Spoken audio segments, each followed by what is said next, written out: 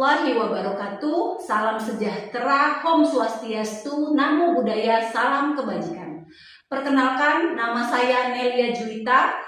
Saya dosen tetap Yayasan Universitas Palembang, Program Studi Pendidikan Bahasa Inggris dengan NIDN 0205118201. Pada saat ini saya mengajar mata kuliah perkembangan peserta didik, di mana capaian pembelajarannya itu mampu menguasai konsep, struktur, materi, dan pola pikir keilmuan pendidikan yang diperlukan untuk melaksanakan pelayanan di satuan pendidikan.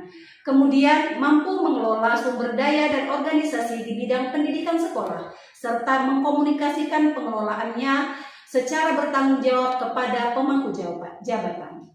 Kemudian di sini capaian pembelajaran mata kuliah mampu menguasai tentang konsep dasar perkembangan peserta didik, mampu mengaplikasikan konsep perkembangan dalam pembelajaran di sekolah, mampu menguasai teori-teori peserta didik. Di sini juga terdapat 2 SKS dan bahan kajian materi pembelajarannya. Pertemuan pertama, definisi, hakikat, dan kebutuhan peserta didik. Pertemuan kedua, teori-teori perkembangan. Pertemuan ketiga, hukum-hukum perkembangan. Pertemuan keempat, prinsip-prinsip perkembangan. Pertemuan kelima, tugas-tugas perkembangan. Pertemuan keenam, perkembangan pranatal. Pertemuan ketujuh, implementasi masa bayi dengan perkembangan peserta didik. Pertemuan ke-8, UTS. Dilanjutkan dengan pertemuan ke-9, perkembangan masa awal kanak-kanak, pertemuan ke-10, pemahaman perkembangan awal peserta didik, pertemuan ke-11, perkembangan remaja, pertemuan ke-12, pengaruh perkembangan emosi terhadap perkembangan peserta didik, pertemuan ke-13, perkembangan sosial yang dialami peserta didik, pertemuan ke-14, perkembangan moral peserta didik, pertemuan ke-15, batasan usia dan ciri anak beranjak dewasa, dan yang terakhir adalah UAS di pertemuan ke-16. Bobot penilaian mata kuliah perkembangan peserta didik 40% itu UAS, 20% tugas, 30% UTS, dan 10% itu adalah kuis. Di sini video pembelajaran tentang teori perkembangan peserta didik terdapat pada pertemuan kedua, yaitu teori-teori perkembangan. Baiklah, berikut video pembelajaran dan pengajaran teori perkembangan peserta didik. Assalamualaikum warahmatullahi wabarakatuh.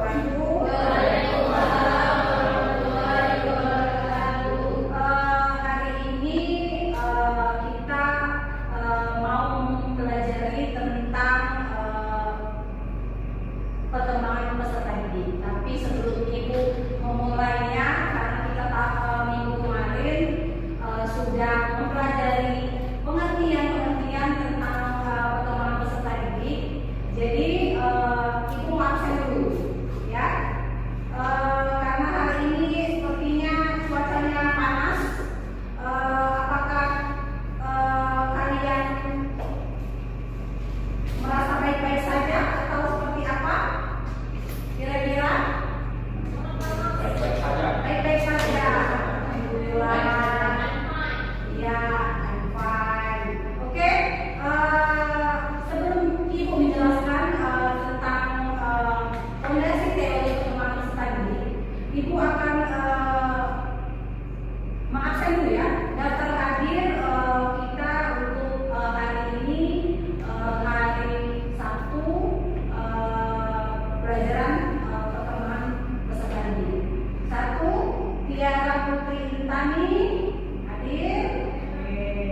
Alda Resel, Tiara, Adrian hadir.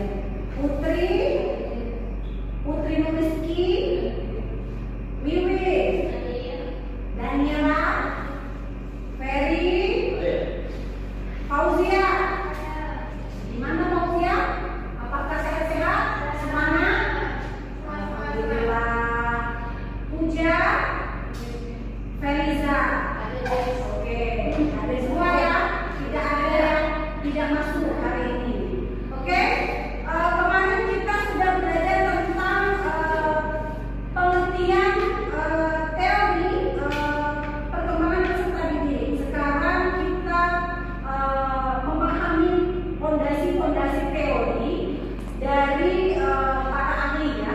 Di sini mata kuliah perkembangan peserta didik itu memahami bagaimana peserta didik itu tumbuh, berpikir, berkembang, yaitu dengan kunci pendidik sebagai efek yang lebih efektif. Kemudian di sini ada selanjutnya ya. Oke, di sini yang akan kita pelajari itu konsep dasar. Konsep dasar itu memahami definisi dan prinsip perkembangan peserta didik. Yang kedua, teori perkembangan, yaitu mengenal dari perspektifnya Erikson, Piaget, Bandura, sama Tversky. Kemudian di sini ada perbandingan teorinya. Kita bisa melihat persamaan dan perbedaan antara teori keempat teori tersebut, implikasi dalam pembelajarannya yang menerapkan tentang teori ke praktek mengajar yang bermakna. Terus kemudian yang terakhir itu refleksi dan kesimpulan, itu mengintegrasikan teori ke dalam identitas profesional guru. Jadi di sini kita tidak hanya mempelajari tentang perkembangan peserta didik saja, tapi memahami dari sekian teori itu mana yang lebih efektif yang akan digunakan kita sebagai guru profesional. Oke? Terus selanjutnya di sini ada konsep perkembangan peserta didik. Di sini terdapat perkembangan dan pertumbuhan. Menurut pengertiannya itu sudah kalian bisa lihat di slide yang diberikan. Itu pertumbuhan adalah perubahan kuantitatif menurut tinggi, berat, sama besar ya, yang terakhir. Kemudian perkembangan adalah perubahan kualitatif atau cara berpikir yang merasa dan berinteraksi berlangsung sepanjang hayat. Maksudnya itu sepanjang hayat sampai kita tua ya. Itu kalau perkembangannya. Kalau beda pertumbuhannya itu ialah dari spesifik tubuh kita, seperti itu. Kemudian di sini menurut proses holistik, perkembangan melibatkan 4 aspek yang saling terkait. Yang pertama biologis, yang kedua kognitif, psikososial, dan bahasa. Jadi keempat ini tidak bisa berdiri sendiri tanpa perkembangan proses yang lainnya. Kemudian di sini ada nature dan nurture. Jadi kematangan biologis disebut dengan nature. Kemudian pengalaman lingkungan disebut dengan nurture. Yaitu kita berinteraksi secara dinamis membentuk tahap setiap individu yang itu dari tahap individu yang 0 sampai tahap individu yang unik ya. Unik itu artinya menjelang dewasa. Seperti itu. Next ya. Kemudian di sini ada dua perspektif utama ya. Dua perspektif utama itu menurut Erikson. Dari sini menurut Erikson sebenarnya ada 8 teori perkembangannya itu, tapi di sini ibu menjelaskan cuma 2. Kenapa 2? Karena ini teori Erikson ini teori psikososial yang sangat penting dalam tumbuh kembang peserta didik, dari tumbuh kembang peserta didik sampai dia menjelang remaja. Tahap pertama itu kepercayaan versus ketidakpercayaan, itu proses 0 sampai 1 tahun, itu bayi ya. Biasanya dari kepercayaan dan ketidakpercayaan itu biasanya anak dari 0 sampai 1 tahun itu kalau dia mau belajar melangkah sampai dia berdiri, itu biasanya kalau dia sudah jatuh sekali dia ragu, tidak punya kepercayaan diri untuk mengulang kembali. Jadi untuk proses kepercayaannya itu dia harus melakukan secara berulang. Contohnya dari bayi merangkak sampai dia berdiri tegak. Kemudian di tahap kelima itu identitas dan kebingungan peran. Itu biasanya dialami oleh remaja. Ya kalau remaja itu, kalau kita SMA biasanya kita tuh bingung identitas kita itu mau kemana, seperti itu. Kemudian peran kita itu nanti setelah kita tamat dari SMA itu mau kemana, terus kita mau jurusan apa, biasanya disitulah guru punya peran penting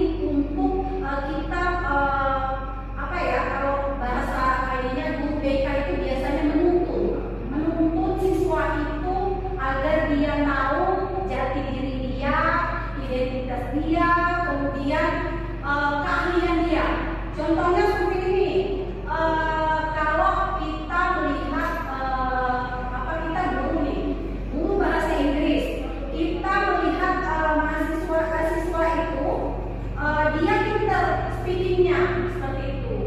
Dia artinya kita kasih tahu jurusannya, kamu nanti ngambilnya bisa sastra Inggris, bisa pendidikan bahasa Inggris. Kenapa? Karena dengan seperti itu kamu ada dua pilihan, mau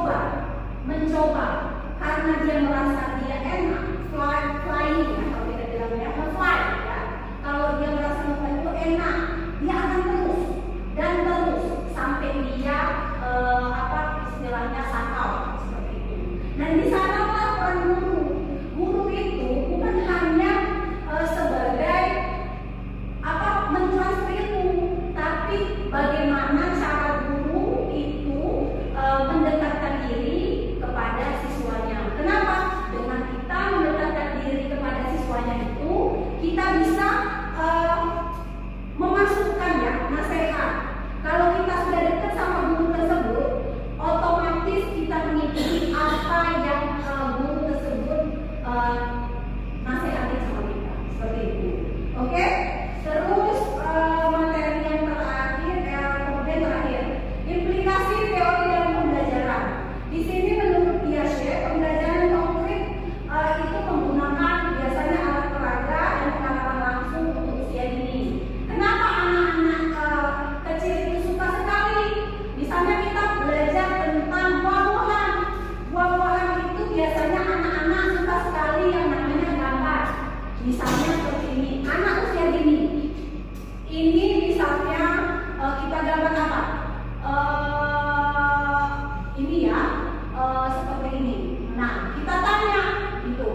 Ini apa anak-anak? Seperti itu. Apel. Oh, ini apel ya. Jadi warna apel apa? Merah, Bu. Nah, dari situ kita bisa memasukkan kepada anak-anak kecil, kalau kita dulu SD ya, bahwa konsep secara menggunakan alat peraga itu penting ya untuk guru SD. Kalau menurut Erikson, lingkungan yang aman, ciptakan ruang kelas yang mendukung rasa percaya diri dan identitas positif di setiap tahap krisis psikososial. Itu kalau Erikson itu biasanya tahap remaja. Biasanya kenapa psikososial? Karena di tahap ini biasanya anak-anak itu kenapa dia lagi cari identitas, karena itu SMP ya. Kalau Erikson, kalau menurut Erikson ini cocoknya untuk SMP. Kenapa? Karena biasanya kalau anak SMP itu malas-malas belajar, ya, malas-malasan. Biar kita bikin dia semangat, kita buat. Tidak seperti teori Piaget. Kalau teori Piaget itu untuk anak SD yang kita harus gunakan alat peraga. Tapi kalau Erikson, kita harus membuat anak itu merasa nyaman dan tertarik belajar bahasa Inggris bersama kita. Karena merasa bahasa Inggris itu terlalu sulit untuk mereka cerna.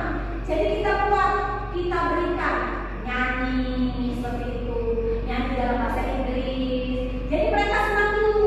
Kalau mereka sudah senang, baru kita masukkan materi seperti itu. Yang ketiga, Bandura itu guru sebagai model. Jadi guru itu sebagai jadi role model, tunjukkan sikap positif. Ini biasanya guru sebagai model itu guru yang mencontohkan seperti itu. Contohnya kita belajar bahasa Inggris. Kalau kita mau anak itu bisa belajar bahasa Inggris, kita harus duluan ngomong bahasa Inggris. Kita ajak dulu mereka ngomong bahasa Inggris. Mau dia ngerti atau tidak, itu kita ajak dulu. Kita kenalkan, baru ini dia bisa ada umpan baliknya. Namanya guru sebagai model. Terus menurut Piaget itu guru sebagai fasilitator. Kenapa sebagai fasilitator? Karena terapkan pembelajaran kooperatif, berikan scaffolding atau bantuan bertahap. Contohnya kita ajak biasanya ini anak SMA ya, anak SMA biasanya kita sebagai gurunya sebagai fasilitator. Kemudian terakhir itu perbedaan dan persamaan teorinya bisa kalian lihat semua mengakui adanya tahap perkembangan, kemudian perkembangan itu bersifat holistik, lingkungan dan pengalaman mengaruhi perkembangan. Dan kemudian yang terakhir itu guru sebagai pendidik itu harus memahami teori perkembangan bukan sekedar pengetahuan akademis, tapi ini adalah fondasi sebagai pendidik yang benar-benar berdampak. Lalu sebagaimana sampai di sini ada yang mengerti? Ada pertanyaan dari penjelasan yang Ibu jelaskan?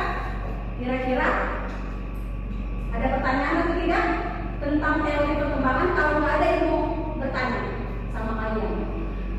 Pertanyaannya satu, pada usia berapa anak-anak itu layak dan mantap atau matang untuk bersekolah di sekolah dasar? Ayo, siapa yang bisa jawab? Ya, nggak bisa? Nggak bisa, ayo. Silakan jawab, namanya dulu, nggak bisa?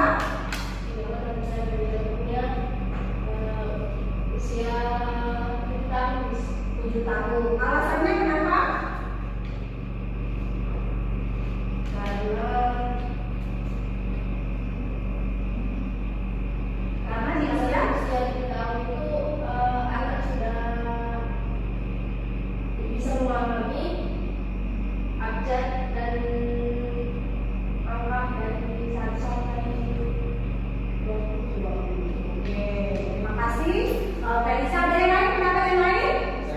Ya, boleh Pak Ferry, ayo. Ya, nama saya Ferry. Ya. Ya, kalau menurut saya ya, anak itu benar-benar siap untuk sekolah. Standarnya itu di 6 sampai 7 tahun. Tapi tidak menutup kemungkinan ada anak-anak yang itu umur 5, umur 6, ada yang bisa siap secara mental untuk masuk sekolah. Itu balik lagi ke background pendidikan di rumah atau TK-nya. Anak-anak itu bisa siap di umur yang berbeda menurut saya. Oke, satu lagi. Ada yang oke, Puja. Perkenalkan saya Puji menangani dari Pak Ferry tadi.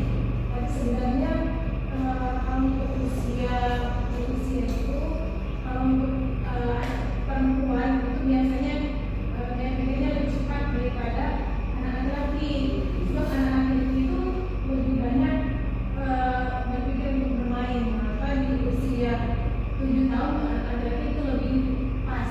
Tapi kalau untuk anak perempuan itu di usia 5 ke atas itu sudah matang. Menurut saya. Oke, sip. Terima kasih ya. Jadi benar, ketiga jawabannya itu benar.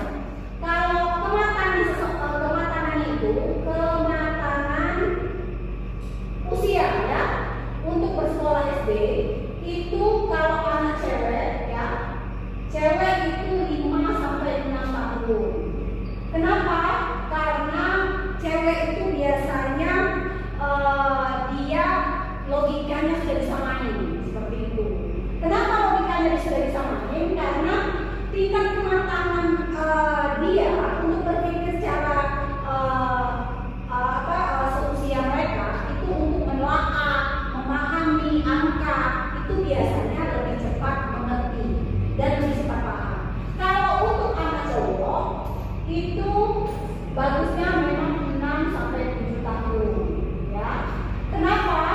Karena biasanya kematangannya itu pada 7 tahun. Biasanya umur 5 sampai 6 tahun biasanya dia pola pikirnya itu mau bermain. Jadi di sekolah itu tahunya ada mainannya enggak? Ada prosokannya enggak? Biasanya seperti itu kan? Nah, makanya dia belum bisa untuk dijadikan sekolah SD. Kenapa? Karena dia belum matang secara emosional, ya. Kenapa kita harus seperti itu? Karena kita sebagai guru jangan hanya untuk anak ini sudah cukup matang, tapi kalian lihat dulu secara logika, secara tingkat kematangan, pemahaman apakah dia sudah paham dari membaca. Biasanya kalau guru-guru itu pengennya ya ada, kalau guru SD biasanya pengennya anak itu sudah bisa baca ya. Sebenarnya itu bukan salah satu kriteria khusus. Kenapa? Gunanya guru SD kelas 1 itu mengajarkan membaca. Kenapa seperti itu? Karena guru SD itu guru yang tahap awal dia kematangan secara hormonal dan logika seperti itu. Jadi ingat ya, kalau kalian menjadi guru SD itu tidak bisa